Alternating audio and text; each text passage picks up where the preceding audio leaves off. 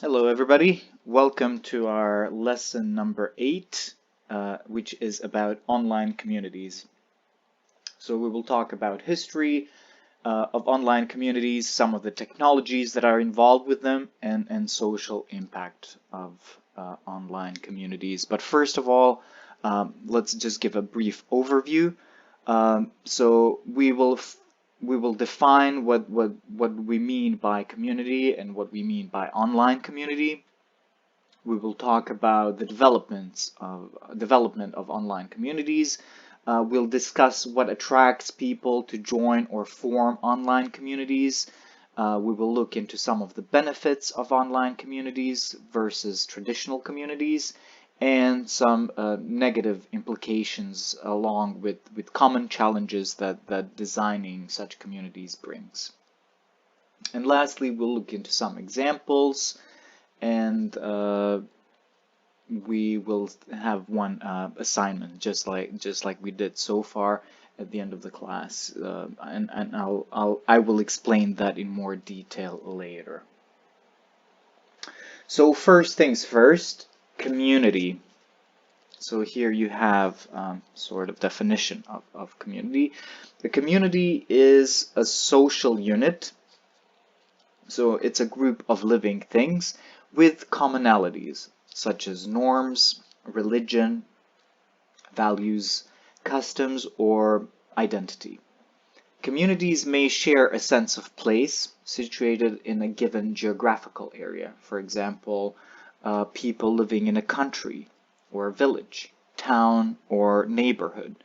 Or they can also have community in virtual online platforms, which is the focus of today's lecture. Although communities are usually small relative to personal social ties, community may refer to large group affiliations, such as we already said, that country can also be seen as a community. So we have national communities, we have international communities, and of course the focus of today's lecture, virtual communities. Generally though, it's recognized that there are three types of different usage of the word community.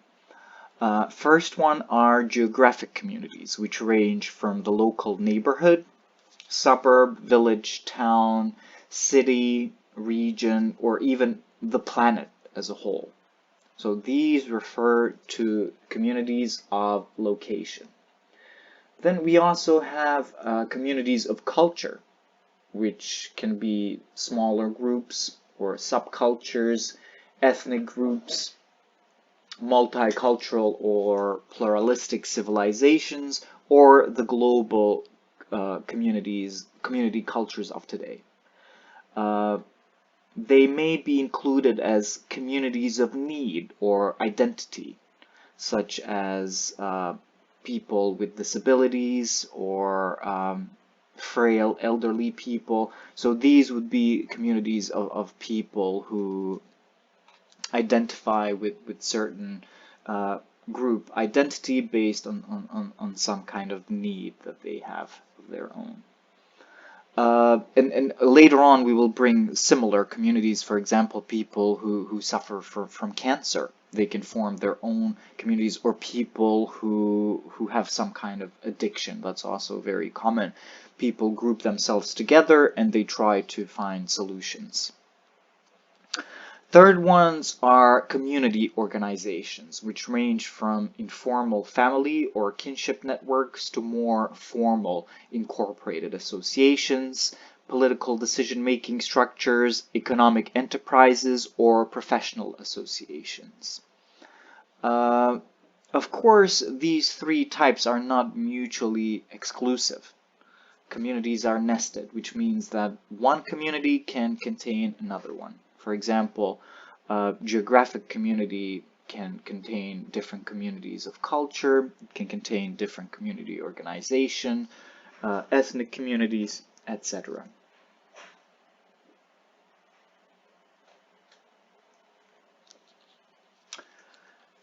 A virtual community or online community is a group of people that primarily communicate or interact via the internet.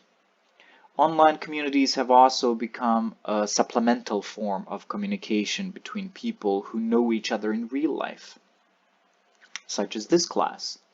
We have become an online community. We know each other in real life. We've met before. But due to circumstances, our community has become a virtual one. We communicate electronically rather than face-to-face. A computer-mediated community, or CMC, uses social software usually to regulate the activities of participants, such as the Wikipedia, for example, which we mentioned before. But for us, we primarily use Blackboard to kind of exchange information between each other, and we use Zoom. An online community is usually responsible for collaboratively producing open source software, and they're also sometimes called a development community. So this would be the case with Wikipedia, but in our case, of course, we are not open source software community. I think our university has to pay some kind of fee for using Blackboard and for using Zoom. Another word that is commonly used to describe online community is cyberspace. So cyberspace is a substitute word for online or virtual computer world. It can be defined as an electronic medium used to form a global computer network to facilitate online communication. This term, cyberspace, was first popularized by William Gibson in this book that you see on your screen called Neuromancer. This book was written in 1984, and you can see its summary here. It was a fairly influential book that has inspired many films, comic books, and blockbusters. It's very unique because in 1984 we didn't really have this network that we have today. Cyberspace wasn't fully realized in the form that we know it today, and so you can say that this book became kind of a prototype on which many science fiction novels and even modern world of cyberspace it basically inspired many of the trends that we see in both science fiction and also in the real world. So I'm sure that you've seen Matrix with Keanu Reeves, or you've seen The Ghost in the Shell. So both of those productions kind of rely heavily on the ideas that were articulated in William Gibson's novel.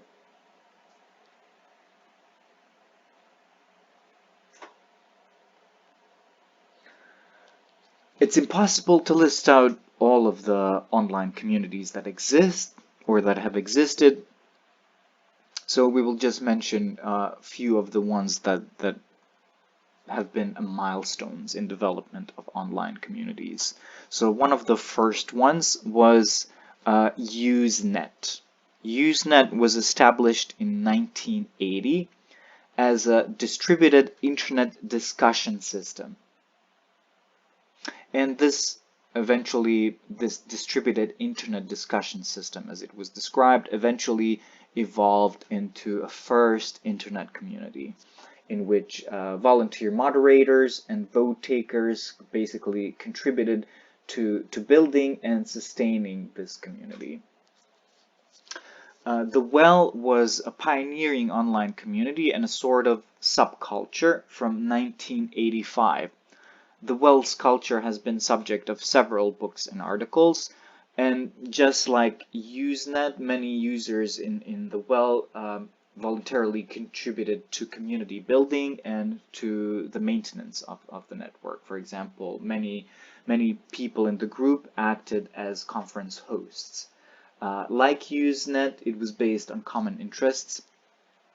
rather than location, even though the majority of the well users were located in the area of San Francisco. The next one is AOL. AOL is the largest of the online service providers. Well, it was in its own day, with chat rooms, and in those chat rooms, basically people who were members of the AOL volunteered as community leaders. It should be noted that rooms and most message boards today are no longer moderated, so there is no need for these kinds of services anymore. Slashdot was a popular technology-related forum with articles and reader comments. Slashdot subculture has become well known in internet circles, and in Slashdot, users basically accumulated this thing called Karma Score, and volunteer moderators were selected from the pool of those who had the highest Karma scores. And lastly, Wikipedia. We keep mentioning Wikipedia. Wikipedia is quite revolutionary, and that's why we keep coming back to it. It's the largest encyclopedia in the world, and its editors, who voluntarily publish and revise articles, have formed an intricate and multifaceted community. That's about Wikipedia for now, but we will be coming back to it again. These are some of the other benchmark virtual communities. They take different forms, such as blogs, virtual worlds, cities, wikis, websites, etc. So some of the ones that we can mention are MySpace, Facebook, LiveJournal, Second Life, Yahoo Messenger, Wikipedia, eBay, etc. So I'm sure you know some of them, but some of them you don't. But all of them have been very important in development of online communities, and they have paved the road for some of the most popular online communities today, such as Instagram, Facebook, WeChat, etc.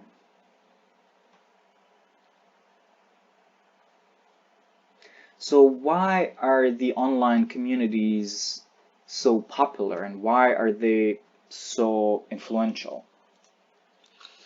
Early virtual communities were egalitarian. Do you know what egalitarian means? It means that all of the users, all of its members were the same. There was no hierarchy. Nobody was above anybody else.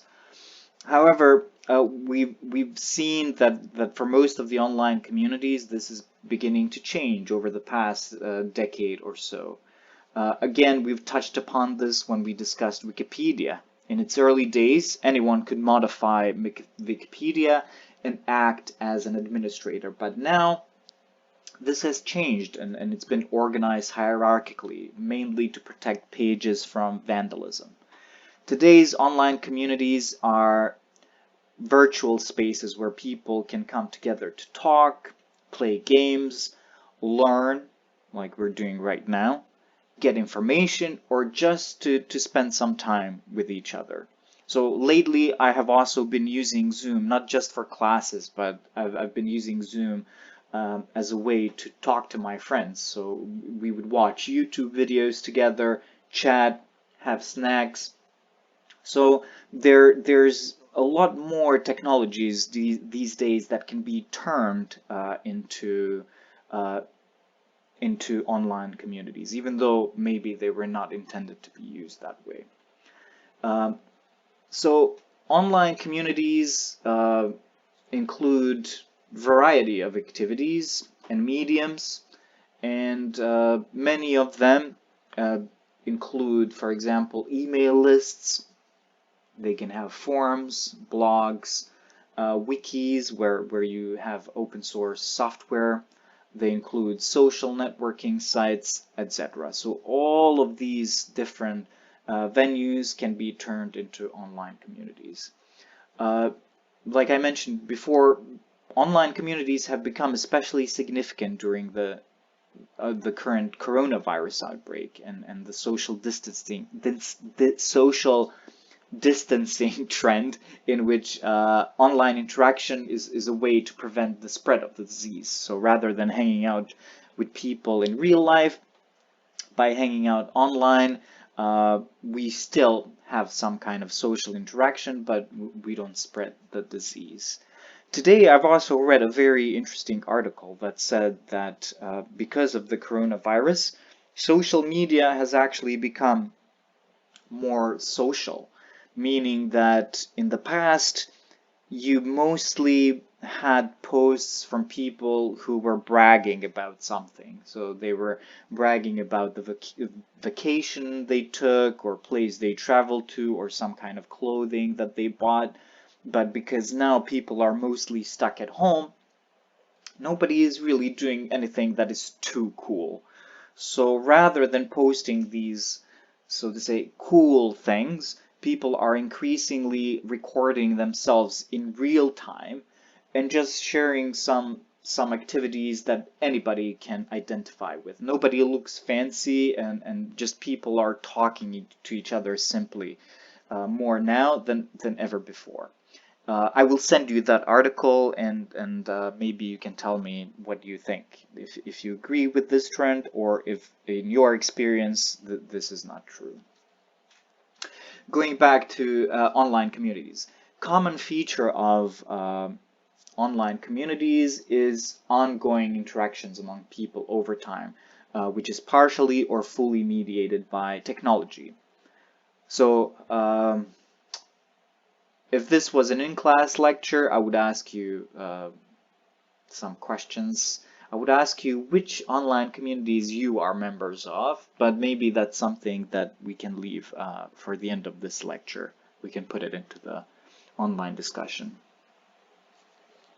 So online communities serve the same purpose as the offline groups, networks, and communities, with the exception that online communities break the barriers of time, space, and scale, which typically limit social interactions offline.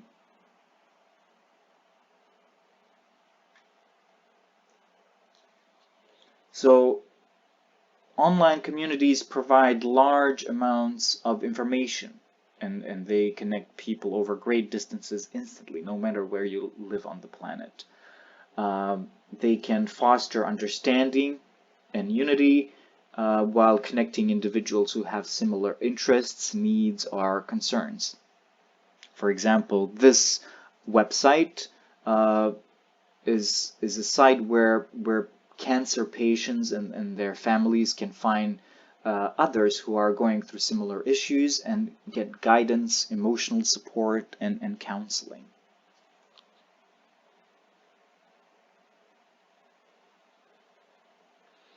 I didn't get a chance to ask you, but I'm really curious if any of you play online games. So esports and different online games are also big sites where online communities flourish, where connections are formed and maintained.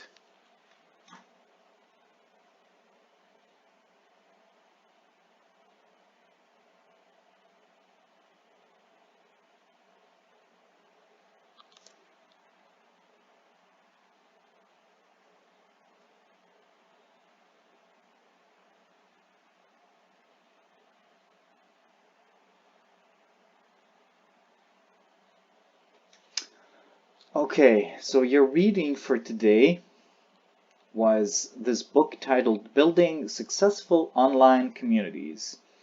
You probably didn't read this whole book, but if you get a chance, I would advise you to at least skim some of some of its chapters. So this book offers lessons from theory and empirical research in the social sciences, and it gives some very good guidelines in designing online communities. I think this can be very useful for you, especially for your final assignment where you're asked to design a specific software.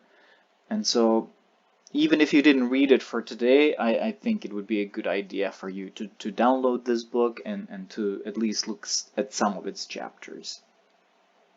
Online communities face several challenges common to many real-world organizations, and in this book, the authors draw on literature in psychology, economics, and other social sciences, as well as their own research, and they translate general findings into useful design claims. They explain, for example, how to encourage information contributions based on the theory of public goods and how to build members' commitment based on theories of interpersonal bond formation. So it's a very interdisciplinary work, bringing all of these different insights from different fields. For each design claim, the authors offer supporting evidence from theory, experiments, or observational studies. The book also focuses primarily on these 5 high-level design challenges that you see on your screen, which are starting a new community, attracting new members, encouraging commitment, encouraging contribution, and regulating misbehavior and conflict. Now, let's briefly look into each one of them.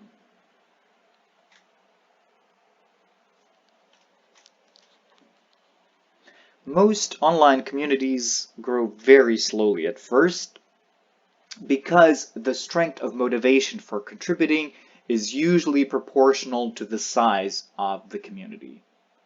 As the size of the audience increases, so does the attraction of writing and contributing.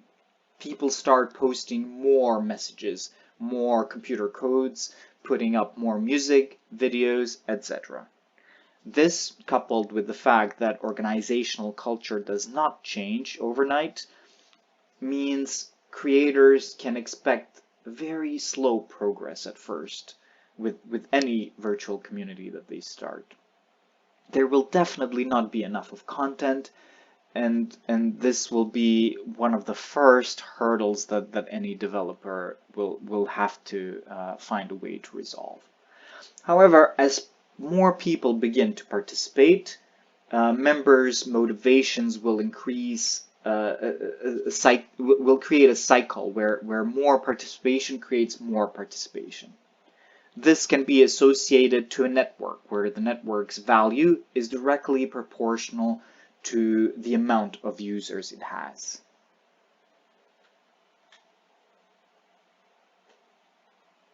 So one of the first problems that an online community faces is a lack of members who would enrich the content. Another problem is that many members will drop out early on.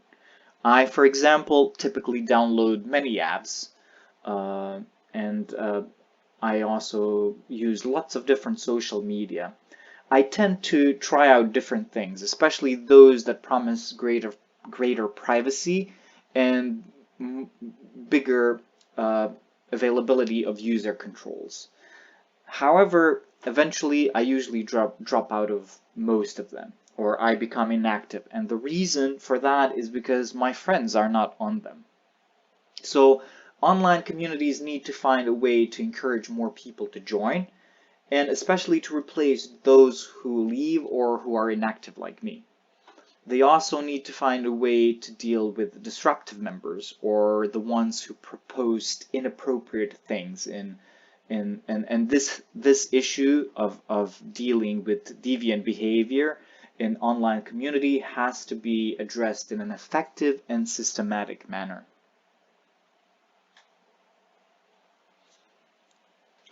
Encouraging commitment. Commitment is willingness to stay in the community and to contribute to it. More committed members tend to be more satisfied. They are less likely to leave, and they typically contribute more to the community.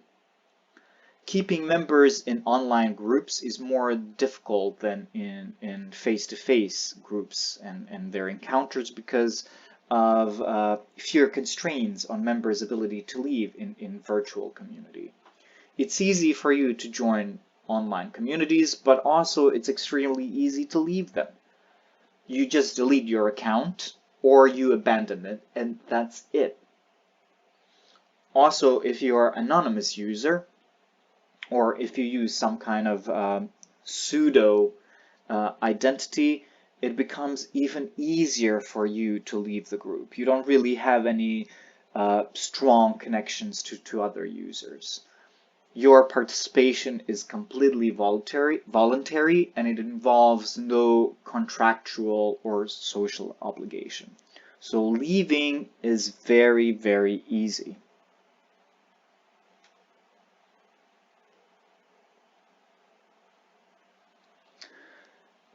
Encouraging contribution is also very important. In order to be successful, communities need members to contribute resources. You join these kinds of communities because you want to get some benefit from them. And so it's expected of users to put something on there. It's expected of them to give their time to build content, photographs, videos, blog entries, or they could put money and labor into this site.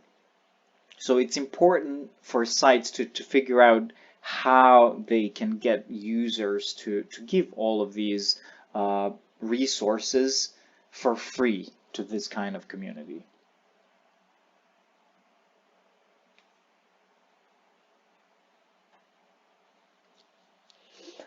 We've mentioned this already. Members of online communities have different and sometimes competing interests. Some topics and some communities, especially those that are more controversial, tend to attract trolls.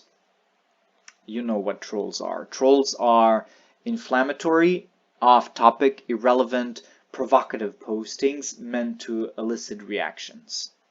So they're usually involve some kind of either insult, or they can be rude, or users simply pretend that they don't understand something just so others would respond in a way, and this can sometimes lead to very passionate and inflammatory exchanges in online environment. Another thing that often accompanies online communities is commercial spamming. Spamming is the use of messaging systems to send an unsolicited message, which is usually repeated over a prolonged period of time. And the most common purpose of spamming is advertising.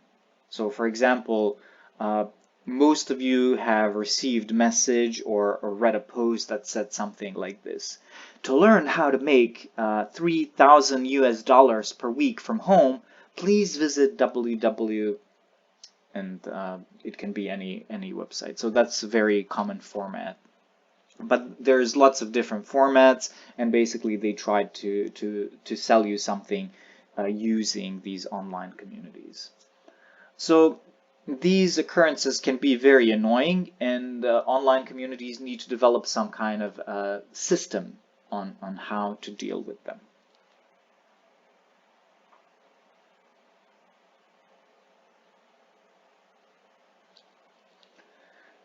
One of the most notable advantages of online versus face-to-face communities is that behavior is digitally saved and archived.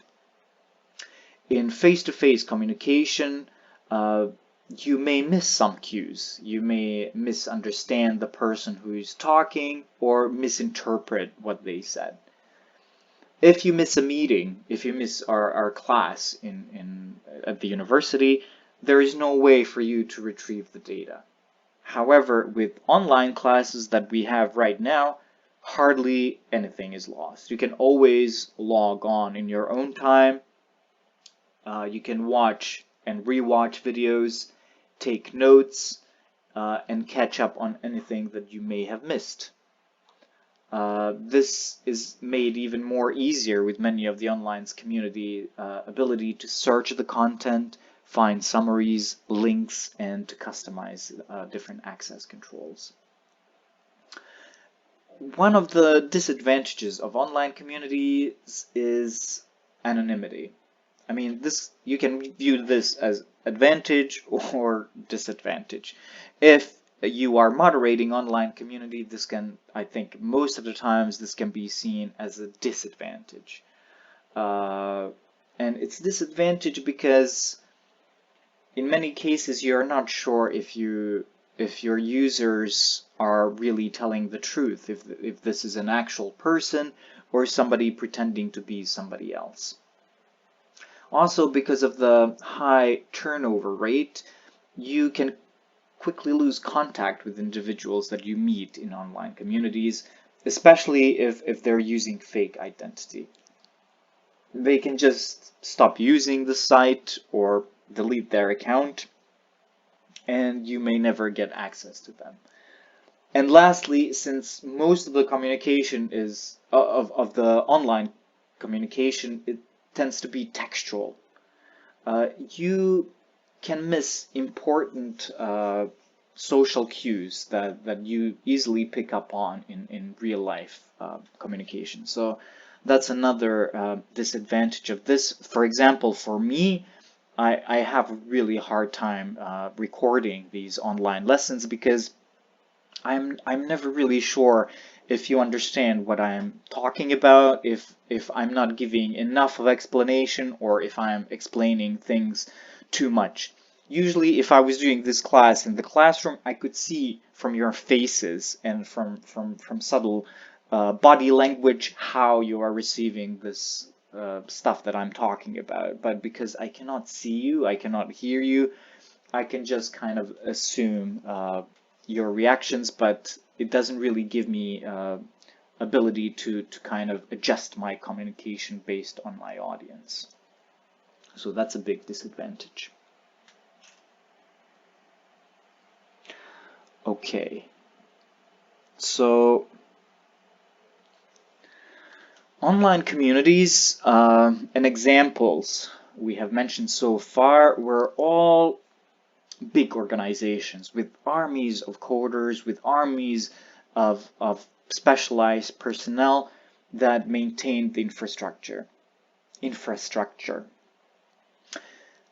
But can social can online communities be smaller organizations? Can they be units that you could start right now?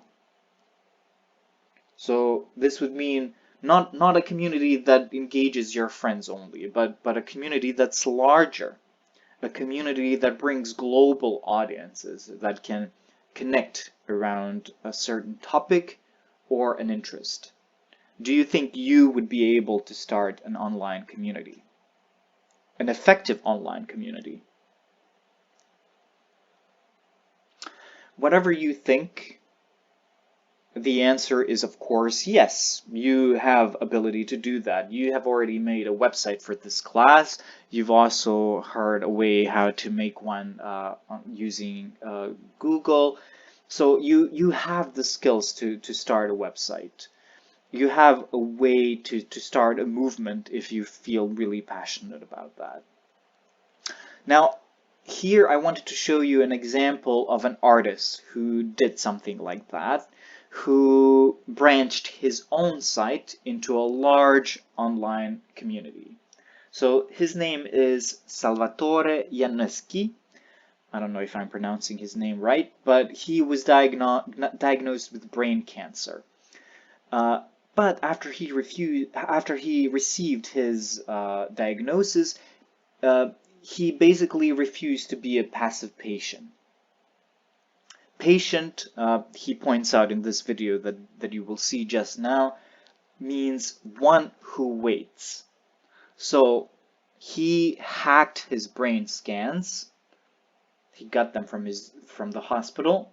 He posted them online, and he invited global community to pitch in on finding a cure for his cancer. And responses that he got sometimes took a form of medical advice, sometimes they took a form of art, music, and emotional support. But it's important that with this website, he managed to reach more than 500,000 people. And this website still exists today, and you can see this link here. And it still invites people to contribute their own content. Now let's watch it.